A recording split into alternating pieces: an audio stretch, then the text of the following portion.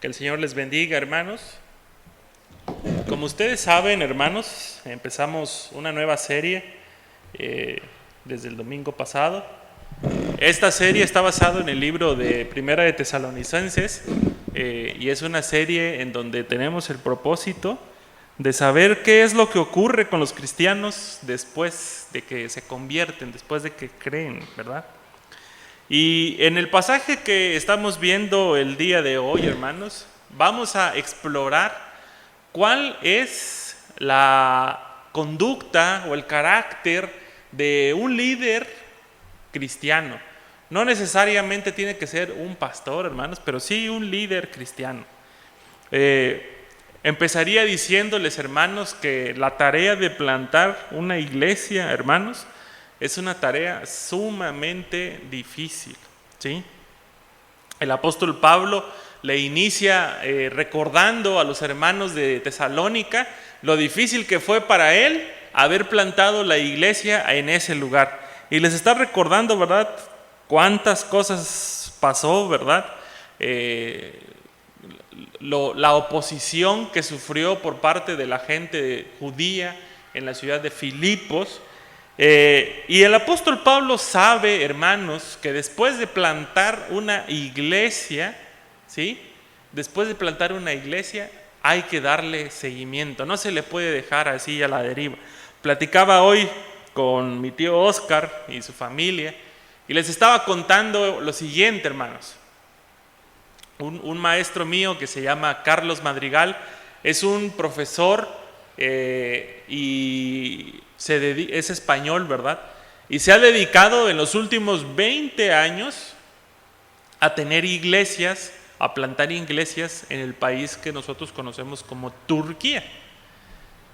Y una de las cosas, hermanos, que a mí me sorprende de este hermano, del hermano Carlos, es que dice que probablemente hace 1 o 2 años recibió de parte del gobierno de Turquía, después de 20 años ahí, recibió la noticia de que tenía que abandonar el país porque se había convertido en una persona no grata, ¿sí?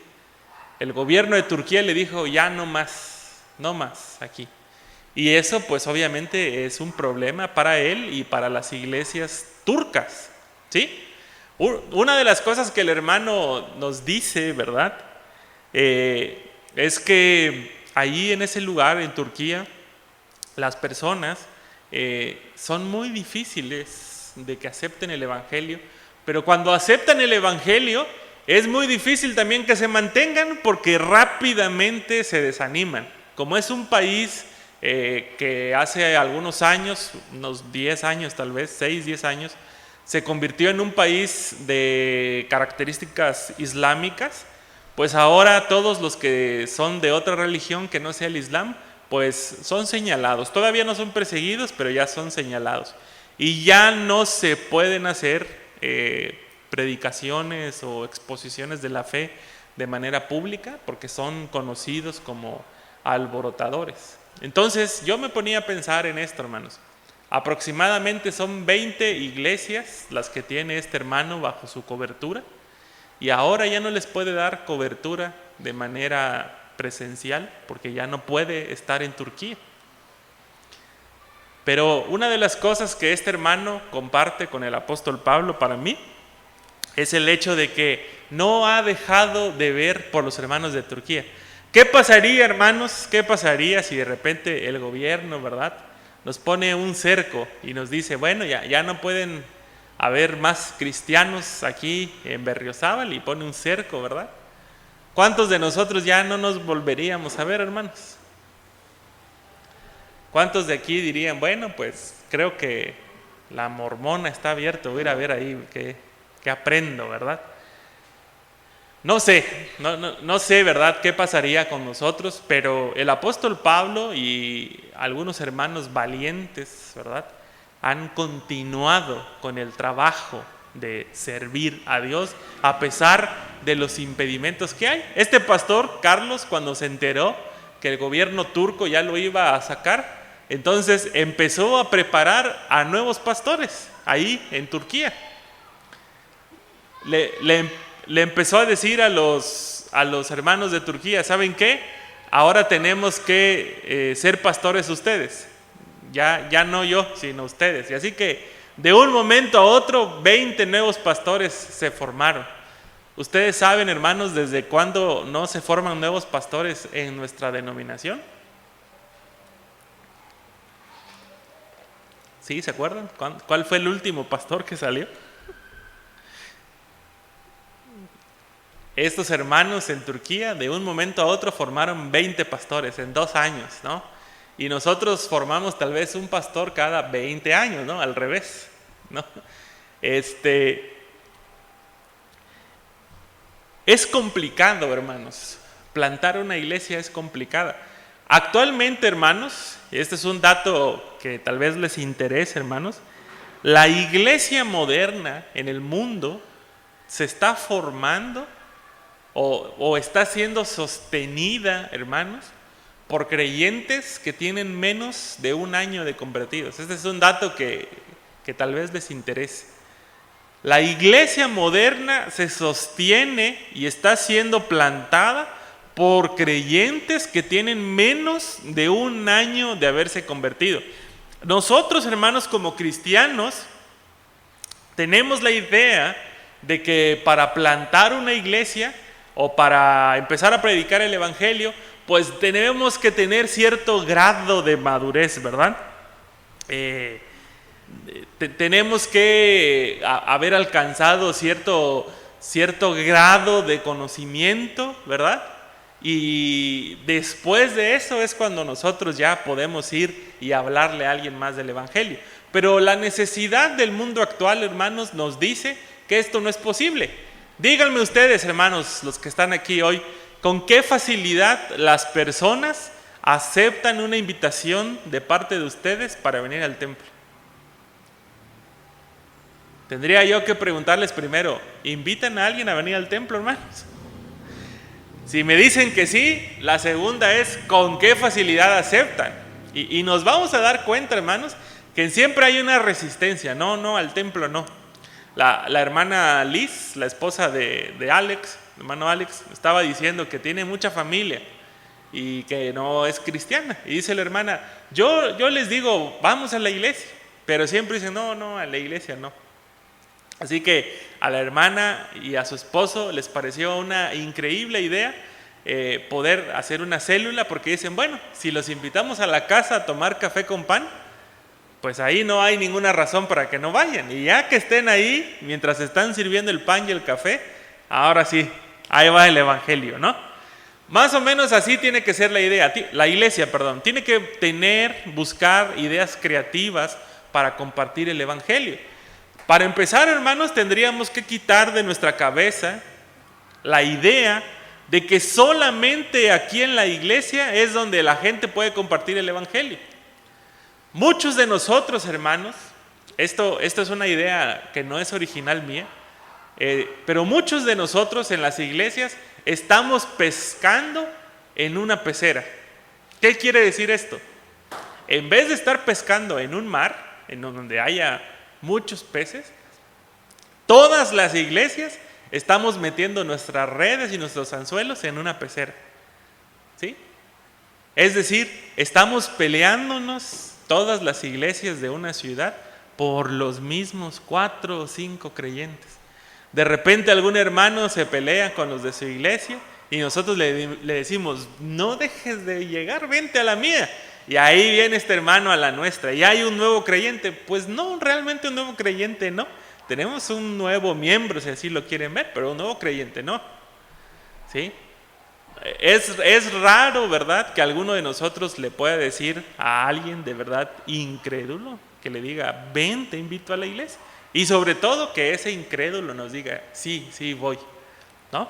Así que el apóstol Pablo en esta porción quiere comunicarnos lo que él ha hecho en el evangelio y cómo lo ha hecho. El apóstol Pablo no nos va a contar mentiras, hermanos. No nos va a venir a decir, pues es bien fácil abrir una iglesia. A los que me están leyendo esto, ahí les va los pasos 1, 2 y 3 de cómo abrir una iglesia. No, El apóstol Pablo nos está contando aquí las dificultades de tener y de abrir una iglesia. Debido a la oposición, hermanos, que el apóstol Pablo se ha enfrentado en el área de Tesalónica, él y sus compañeros tienen que defenderse. Fíjense ustedes, hermanos, que en la época en la que el apóstol Pablo se encontraba, era muy frecuente que hubieran filósofos itinerantes, ¿sí? Por ejemplo, saliera un filósofo de aquí de Berriozábal y él y su grupo iban a San Miguel, por ejemplo. Después de San Miguel iban hacia allá, ¿cómo se llama más adelante? ¿Las Maravillas? No. Caridad, iban a Caridad, llegaban a Los Sabinos, ¿verdad?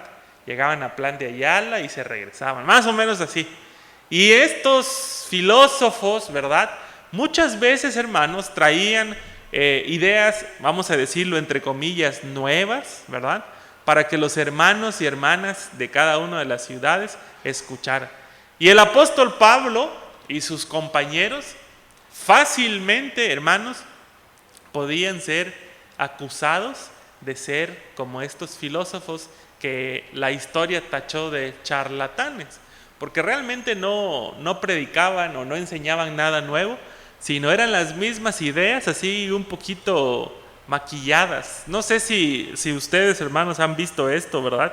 Pero hoy en día es muy fácil ver a motivadores, ¿verdad? Ver a personas que se encargan de decirle a otras personas que el cambio está en uno, ¿sí? ¿No han visto, hermanos, videos así? No te tienes que preocupar por las cosas que pasan, porque el cambio está en ti. O también le dicen a las personas, la culpa de todo lo que está pasando no es tuya, es de algunos traumas que te hicieron en el pasado, por eso estás así atascado. Y entonces la gente hoy en día, hermanos, dice, es cierto, no me va bien, pero no es porque yo no trabaje, es porque cuando era chiquito no me compraban juguetes. Y ya las personas compran estas ideas y luego, después de que este personaje pierda vigencia, va a venir otro que va a decir lo mismo, que nos va a decir, sánate a ti mismo. No sé si recuerdan a un conferencista que se apellida Cornejo, Miguel Ángel Cornejo, era un motivador. Y muchas de las ideas de Miguel Ángel Cornejo después las trajo César Lozano, otro conferencista. Muchas de sus ideas de Cornejo las trajo César Lozano. Pero después de eso vino Odín Dupeirón, ¿verdad? Esos tal vez ya no los conozcan ustedes. Otro que se apellida Dreyfus. Pero todos, hermanos, tienen exactamente las mismas ideas. Disfrazadas, cambiadas, ¿verdad? Pero tienen exactamente las mismas ideas. Así que el apóstol Pablo tiene que decirnos por qué él y la gente con la que él iba, que en este caso eran Silas y Timoteo, son diferentes. Una de las razones, hermanos, por las cuales el apóstol Pablo se defiende y dice que él ha sido diferente a los otros charlatanes, es que él no ha buscado su bien personal dentro de la iglesia. Él no ha tenido la intención de buscar algún bien material o de servir solamente a aquellas personas que tienen simpatía para con él. Uno hermano, de los peligros que enfrenta alguien que está sembrando una iglesia o que enfrenta a alguien que es pastor, líder de una iglesia, es empezar a hacer distinción de personas. El apóstol Pablo dice que ellos no recurrieron a las adulaciones y tampoco a las excusas para obtener dinero. Hermanos, quiero que abramos bien los ojos en esta tarde. Si una predicación, hermanos, si una enseñanza, una clase, ¿verdad?, tiene como objetivo, hermanos, tomar nuestro dinero, tenemos que huir de ahí, hermanos. Huir de ahí. Porque esa predicación, esa clase, no viene del Señor. Ser predicador, ser maestro es complicado, hermanos, porque muchas veces nosotros nos vemos tentados a poner ideas personales por encima de lo que dice la Escritura. Y el apóstol Pablo sabe, ¿verdad?, que los hermanos que están en Tesalónica son hermanos de bajos recursos. Pero seguramente, hermanos, podía haber ahí en la iglesia algún hermano que tuviera pues recursos un poquito más holgados. Y el apóstol Pablo dice, nosotros jamás entramos a la iglesia con la intención de tomar su dinero. ¿Cómo de importante es, hermanos, para nosotros el testimonio de una persona que comparte el Evangelio? ¿Cómo de importante es para nosotros el testimonio de alguien que nos da una clase? Puesto que el apóstol Pablo dice que todas estas actitudes que tomó para con los hermanos de Tesalónica no hubieran sido tomadas de la manera en la que él lo hizo, pues es muy probable, ¿verdad?, que los hermanos de Tesalónica no hubiesen seguido confiando en él. De la misma manera, hermanos, en la que una madre cuida a sus hijos, ese vínculo que se hace, el apóstol Pablo dice que él también ha creado un vínculo con los hermanos que están en Tesalónica. Y esto, hermanos, para mí es un misterio, ¿sí? Yo nunca lo voy a entender. Les voy a decir por qué, hermanos. Cuando vivimos en Monterrey con mi familia, el primer año fue complicado para nosotros porque pues no conocíamos a nadie allá más que a mi cuñada, pero a mis cuñados, porque estaban ahí los dos, pero estábamos buscando una iglesia. Y hermanos, llegó a ser tan complicada la situación para nosotros que mi esposa me dijo un día llorando, ya no quiero ir a esa iglesia. ¿Sí? Para mí era sencillo, hermanos, porque yo decía, bueno, voy a ir a la iglesia, no escucho nada de la predicación, pero cumplí con ir a la iglesia. Pero mi esposa decía, no, es que yo no aprendo nada. ¿Sí? Así que pues tuvimos que empezar un camino, ¿verdad? Una búsqueda de una iglesia. Y tuvimos que orar también para que el Señor nos guiara. Para mí era fácil, hermanos, porque le decía a mi esposa, bueno, pero aquí tenemos los videos de la iglesia de Las Palmas. Ahí estaba predicando a mi papá. Vamos al templo el domingo y después escuchamos el sermón grabado y listo. Pero no era lo mismo, hermanos. Así que empezamos a buscar una iglesia, llegamos a una iglesia por fin, que por cierto, hermanos, el Señor, fíjense bien cómo guía nuestras vidas. Nosotros íbamos buscando una iglesia que se llama Iglesia Semilla de Mostaza. Así que pusimos, como no conocíamos, pusimos la dirección en el Maps, en una aplicación del teléfono, y ahí nos fuimos. Dimos una vuelta y como siempre me perdía usando esa aplicación. Cuando le digo a mi esposa, es que dice que es por aquí, y ella vio un letrero por allá, y le digo, sí es ahí. Así que me acerqué con el carro, nos bajamos y después de estar 2 meses ahí en esa iglesia, descubrimos que esa no era la iglesia que andábamos buscando, ¿sí? Esa iglesia a la que nosotros llegamos se llamaba Familia Semilla de Mostaza y nosotros nada más buscábamos Semilla de Mostaza, que era 2 cuadras más para allá abajo. Pero ahí nos mandó el Señor. Y el misterio, hermanos, que yo les quiero decir que no comprendo hasta el momento, no lo comprendo, es el hecho, hermanos, de que después de estar una semana ahí, el primer domingo que llegamos, habría un módulo como un stand de esos que hay en la plaza, y atrás de ese stand había un mapa de Monterrey, así grandote, grandote, grandote. Y nos dijeron, ¿por dónde viven ustedes? Y ya les dijimos, aquí, miren, Balcones de Anáhuac se llamaba. Y entonces la persona agarró Balcones de Anáhuac aquí, ok. y señaló: esta célula les queda cerca, ¿quieren que los contacte? Y nosotros, por cortesía, dijimos: bueno. Dejamos nuestro nombre, nuestro teléfono, y nos contactaron. Nos dijeron: ¿qué tal? Somos Anita y Jorge, dice, los queremos invitar. Como no conocíamos a nadie, hermanos, pensamos que eran un par de jóvenes también. ¿Cuál fue nuestra sorpresa, verdad? Que eran hermanos más grandes, de 60 años para arriba. Y cuando llegamos a su casa, hermanos, ellos habían preparado toda su sala. Eran personas que tenían bastantes recursos económicos. Habían preparado toda su sala para la célula. ¿Y saben cuántas personas habían, hermanos? 4.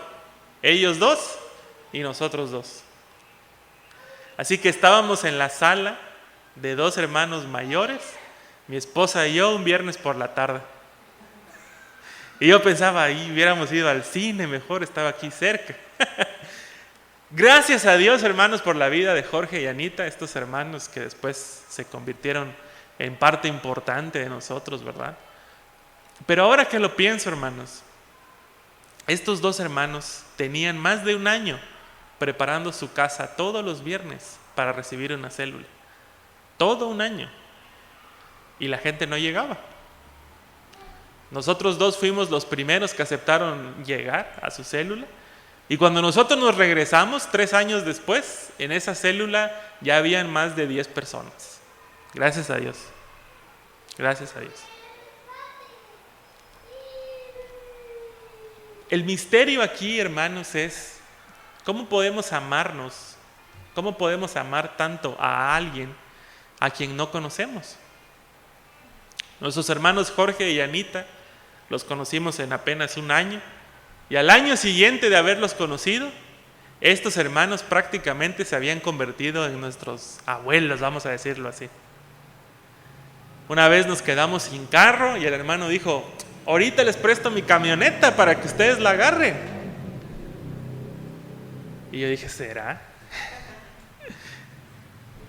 No la agarré, ¿verdad? Porque era una camioneta muy lujosa, entonces no la podía llevar al hospital a donde yo iba porque no había estacionamiento, pero estuvieron dispuestos, hermanos, a prestarnos sus cosas. Por eso cuando leo al apóstol Pablo decir que al igual que una madre que cuida a sus hijos, él ama así a la gente de Tesalónica, pienso en mis hermanos que conocí. Y quisiera, hermanos, que pudiéramos trasladar eso a nosotros. Eso que ya alguna vez he experimentado, ¿verdad? Que lo pudiéramos trasladar aquí a la iglesia. De tal manera que los hermanos y hermanas de Berriozábal puedan sentirse amados por alguien más. Muchas veces nos desilusionamos, hermanos, cuando los proyectos no funcionan. Vamos a suponer que alguno de ustedes arma una célula en su casa y nadie llega. ¿Cuántos rechazos podrán soportar? 2, 3, y después decir: mejor lo cierro porque nadie va a llegar. Este hermano, ¿verdad? Hermano Jorge, era bien curioso para mí, ¿verdad? Porque tenía años en el Evangelio, de acuerdo a su testimonio. 10 años, decía el hermano. Y un día alguien le invitó ahí a la iglesia donde nosotros íbamos, y parecía que al hermano se le abrieron sus ojos, porque él descubrió que todos sus años que había llevado en el Evangelio nunca había experimentado el amor con los hermanos. Y yo pensaba, ¿verdad?, que él actuaba como una persona que se acababa de convertir. Ya ven que cuando uno se acaba de convertir no quiere faltar uno a ninguna célula, a ningún programa. Y él así actuaba, ¿verdad?, como un recién convertido. Cada que podía hacía una buena cena. Decía: ahorita viene la carne. Decía. Y yo no pensaba tanto en esto de los regalos y de las cenas, sino más bien en ese espíritu de amor que había por servir. Y el apóstol Pablo lo expresa así. ¿Cuánto tiempo pudo haber estado el apóstol Pablo con los de Tesalónica, hermanos? De acuerdo a algunos autores, probablemente solo estuvo con ellos de 2 a 3 meses. Pero ¿se imaginan, hermanos, lo que está diciendo aquí? Como una madre que amamanta y cuida a sus hijos, así nosotros, por el cariño que les tenemos, nos deleitamos en compartir con ustedes no solo el Evangelio de Dios, sino también nuestra vida. Otra vez se los voy a leer, porque los vi muy serios. 2 meses de conocerlos, hermanos. Y dice Pablo, como una madre que amamanta y cuida a sus hijos, así nosotros, por el cariño que les tenemos, nos deleitamos en compartir con ustedes no solo el Evangelio de Dios, sino también nuestra vida. Y luego, en signos de exclamación, tanto llegamos a quererles. Amén. ¿Podrían decir esto ustedes así de esta iglesia, hermanos? Tanto hemos llegado a quererlos que estamos dispuestos a dar no solamente nuestro tiempo, sino también nuestra vida. Yo espero, hermanos, eso, que el tiempo que estemos juntos podamos llegar a decir esto. Yo de ustedes y ustedes de mí. Tanto lo queremos, hermano, y yo les digo a ustedes, tanto los quiero, hermanos, que podemos entregar no solamente nuestro tiempo, sino también nuestra vida. El apóstol Pablo, hermanos, tiene que poner de manifiesto que de verdad los ama. Porque cualquiera de nosotros puede decir ahorita, si yo les pregunto, ¿aman a la iglesia? Y a lo mejor alguno de ustedes por compromiso va a decir amén, ¿no? Así, entre dientes, pero va a decir amén. Pero el apóstol Pablo entonces ahora va a poner las cosas prácticas. Dice, recordarán, después de que el apóstol Pablo les dice, tanto los hemos llegado a querer, dice, recordarán, hermanos, nuestros esfuerzos y fatigas para proclamarles el Evangelio de Dios y cómo trabajamos día y noche para no serles una carga. ¿Sí? Cuando alguien dice que ama, tiene que demostrarlo, hermanos. Si el pastor les dice a ustedes, hermanos, ¿cómo los amo? Pero el pastor dice, no más que empecemos el culto a las 10, porque vivo bien lejos. Entonces tal vez no nos ama tanto, ¿verdad? Porque no ha antepuesto las necesidades colectivas por las necesidades personales. Si el pastor dice, hermanos, ¿cómo amo esta iglesia? Pero ya me tengo que ir porque me están pagando el doble de lo que ustedes me pagan en otro lado. Entonces no aman la iglesia. Fácil y sencillo.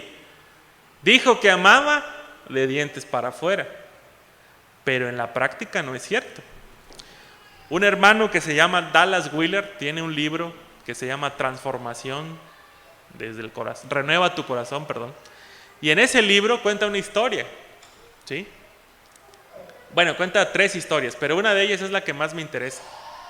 Dice que había un pastor en una congregación que decía que amaba bien a la congregación y tenía buena relación con ellos. Pero un día, este pastor le dijo a los hermanos de la iglesia, así de un día para otro, hermanos, el Señor me ha llamado a pastorear en otro lado. Y se despidió. Tiempo después descubrieron, ¿verdad?, que este nuevo lugar a donde el Señor le había mandado a llamar, pues le pagaba 3 veces más del primer salario. ¿Sí? Y entonces ahí sí nos deja la interrogante, ¿verdad? ¿De verdad lo había llamado el Señor a predicar a otro lado? ¿O se había movido con base a sus intereses personales? Por eso el apóstol Pablo ahorita, hermanos, aquí nos está diciendo, recuerden, hermanos, versículo 9, recordarán, hermanos, nuestros esfuerzos y fatigas para proclamarles el Evangelio y cómo trabajamos de día y de noche para no serles cargas. Filipenses 4:16, hermanos, nos dice esto. Estamos en Tesalonicenses, pero para que vean de lo que está hablando el apóstol Pablo, tenemos que irnos a Filipenses 4:16 y dice, incluso a Tesalónica ustedes me enviaron dinero una y otra vez para suplir mis necesidades. Así que lo que está diciendo el apóstol Pablo es cierto, hermanos. En Tesalónica pasó hambre. En Tesalónica tuvo problemas para subsistir. Así que lo que dice el apóstol Pablo aquí en 1 Tesalonicenses 2, versículo 9, es cierto. Sí pasó penurias en Tesalónica.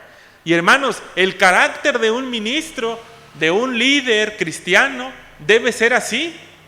Si el Señor nos ha llamado para servir en un lugar, el ministro incluso tiene que ser capaz de decirle a los hermanos, si le es posible, miren, no me paguen.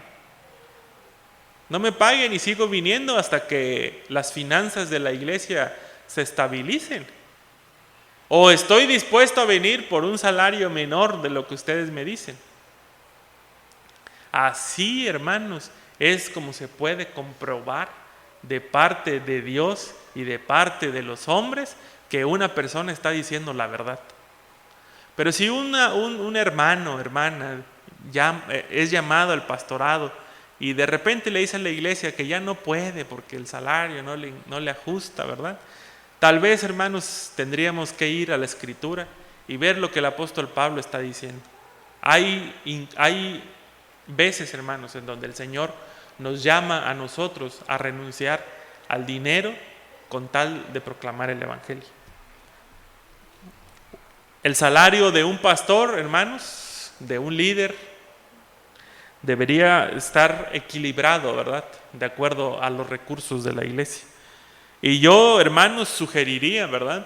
Como ya lo he hecho aquí, que sea supervisado por una comisión, ¿verdad? De personas que tomen decisiones basadas en el estado de salud de las finanzas. No se vale, hermanos, ¿verdad? No se vale que un pastor diga de sí mismo, ya me tienen que subir el sueldo, hermanos, porque así lo dictaminó la junta ministerial. No. Pero tampoco se vale, ¿verdad?, que una congregación haga que su pastor y sus líderes pues pasen escasez si hay suficientes recursos. Tiene que ser algo equilibrado. Finalmente, hermanos, y con esto vamos a ir cerrando, el apóstol Pablo tiene en mente el propósito para el que hemos sido llamados. Puede ser, hermanos, puede ser que nos llevemos bien, ustedes y yo, que nos llevemos bien. Puede ser incluso, hermanos, que lleguemos a ser buenos amigos todos. Pero ¿saben una cosa, hermanos? Si la vida de cada uno de nosotros no es transformada conforme a la palabra, conforme al Evangelio, habremos fracasado, hermanos, en nuestro propósito de ser iglesia. Se los voy a volver a repetir. Si nuestra vida, hermanos, no es transformada juntos, habremos fracasado, hermanos, en nuestro propósito como iglesia. Porque nuestro propósito como iglesia, hermanos, no es reunirnos los domingos en la tarde, los martes a la oración. Ese no es nuestro propósito. Nuestro propósito es que nuestra vida sea transformada. El apóstol Pablo dice 3 cosas: una vida santa, una vida justa y una vida irreprochable. No solamente, hermanos, el apóstol Pablo se está limitando a la vida espiritual de cantar, de ofrendar, sino también a la vida espiritual práctica. Hermanos,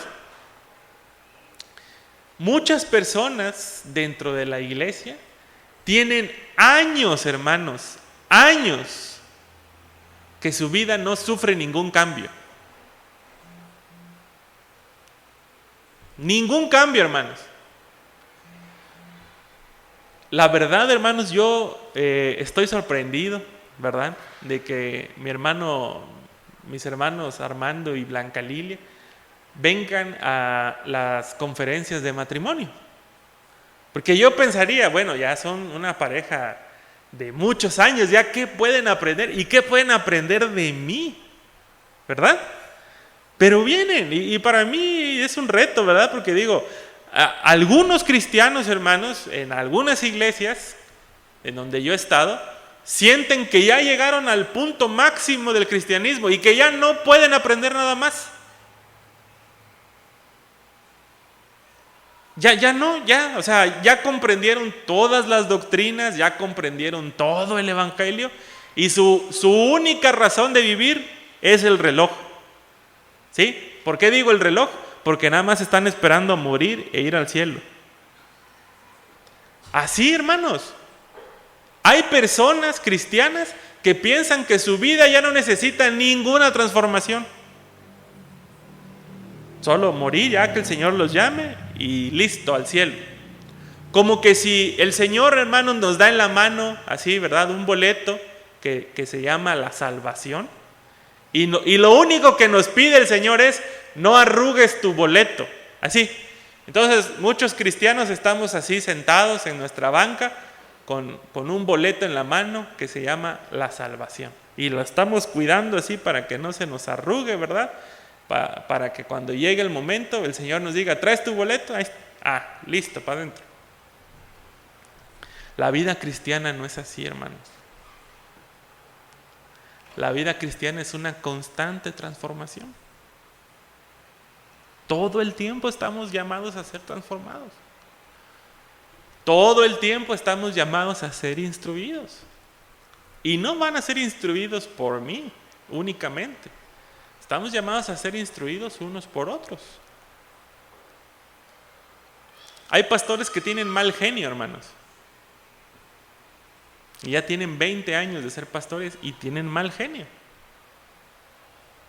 ¿Creen ustedes, hermanos, que eso es compatible con la vida cristiana? 20 años y seguir teniendo el mismo problema de carácter. La respuesta, hermanos, para que no titubeen es no es posible. Ha fallado algo ahí, hermanos. Ese carácter no ha querido ser transformado conforme al corazón de Cristo. Por eso el apóstol Pablo tiene que decirles, ¿sí? Tiene que decirle a los corintios, ustedes son testigos y también Dios, que nos hemos comportado con ustedes los creyentes de una forma santa, justa e irreprochable. Los animamos, los exhortamos a que lleven una vida digna de Dios, que los llama a su reino y a su gloria. El propósito, hermanos, de que nos veamos cada domingo, que seamos iglesia, que yo sea su pastor, no es que pospongamos esto todo el tiempo hasta saber cuándo Dios nos llame. Es que nos vayamos transformando unos a otros. Que cuando estudiemos el texto bíblico, hermanos, nosotros podamos decir, esto que está aquí me está hablando a mí. Oye, pero ya tienes 20 años en la iglesia, 30 años en la iglesia. Pues me está hablando. Hasta los 30 años me di cuenta que yo necesitaba cambiar en esto. Mi hermano Jorge, el que les platicaba de Monterrey, tardó un montón de tiempo, hermanos, para darse cuenta que la vida cristiana no era nada más ir a sentarse y diezmar. Porque él así nos lo decía. Yo iba a la iglesia, fulana de tal, llegábamos, teníamos muy buenos lugares en la iglesia. Todos los domingos cantaba un artista diferente, a veces Marcos Vidal, a veces Jesús Adrián Romero, a veces la banda de Jesús Adrián Romero que se llama Vástago. Nosotros diezmábamos, recibíamos un buen sermón y nos íbamos a casa. Y decía el hermano, y nunca habíamos descubierto lo que es tener comunión unos con otros. Muchos años, de la presbiteriana creo que venía el hermano, luego llegó esta otra iglesia y finalmente a donde estábamos. Y yo decía para mis adentros mientras leía esto, así es como se tiene que ver la vida cristiana. No importa que llevemos 30 años, si el Señor un día a los 31 años nos despierta y nos dice, tu vida cristiana necesita transformarse en esto, nosotros vamos a decir, sí Señor, y lo transformamos, y lo cambiamos. Porque nunca, hermanos, vamos a dejar de descubrir lo importante que es el Señor para nosotros. Pablo dice que nos anima, nos consuela y nos exhorta a llevar una vida digna de Dios, Y me gusta esta parte, hermanos, de Tesalonicenses, porque refuerza lo que vemos los domingos en la mañana. Una vida digna de Dios que los llama a su reino y a su gloria. El reino y la gloria de Dios, hermanos, es el amor y el servicio para con los hermanos de la iglesia. Los nuevos creyentes, hermanos, tienen que saber a qué nos llama Dios. No nos llama a tener una religión, hermanos. La religión nos ayuda para transformar nuestra vida, pero Dios no nos llama a una religión. Dios nos llama a una transformación. Es más, hermanos, ni siquiera Dios nos llama a dejar un vicio, ni nos llama a dejar de ser adúlteros. No. El Señor nos llama a transformar nuestras vidas. Porque alguien puede sentirse que ya cumplió todo, ¿verdad? Si de repente ya no es adúltero, ya no es borracho, ya no es apostador, ya no es defraudador. Pero el Señor no nos llama ni a dejar vicios, hermanos, ni a dejar inmoralidad. Porque muchos hermanos en las iglesias, me temo que eso es lo que han comprendido. Y sus vidas, hermanos, a la luz de la palabra, se siguen viendo como vidas inmaduras. Pero los hermanos y hermanas se sienten bien porque ya no maldicen, ya no tienen otra esposa, ya no roban, ¿sí? Pero todavía su vida tiene un montón de huecos que no pueden ser tapados porque no se dejan, hermanos. Pablo alienta a los tesalonicenses. Pablo les dice a los tesalonicenses que ellos han sido fieles porque han seguido el modelo de la iglesia de Judea. La iglesia de Judea era una iglesia perseguida. Y dice Pablo, ustedes, hermanos, son como los hermanos de la iglesia de Judea, que han sufrido a manos de sus compatriotas. Y hoy, hermanos, el apóstol Pablo también nos anima a nosotros. Habrá, hermanos, en este proceso de transformación, habrá momentos en donde tal vez nosotros digamos, bueno, pero está muy complicado esto para mí, sí, pero el Señor nos llama a este proceso de transformación. Yo siento, hermanos, que, y así el Señor me lo ha ido mostrando, que necesitamos trabajar en esta parte de nuestra vida cristiana, que es el preocuparse e involucrarse unos por otros. Que las personas que asisten a nuestra iglesia puedan sentirse amados, puedan sentirse que pertenecen a la iglesia cristiana del Buen Pastor. Nuestra iglesia necesita, hermanos, trabajar con eso, porque la iglesia cristiana del Buen Pastor tiene puntos fuertes muy buenos. Se esfuerza mucho por la predicación, se esfuerza mucho por el orden, pero ha ido, hermanos, o ha perdido esta parte que implica la unidad y la comunión. Y creo, hermanos, que el Señor, a la luz del texto bíblico, nos ha llamado a nosotros, en Berriozábal particularmente, a trabajar esto. ¿Están dispuestos a trabajarlo, hermanos?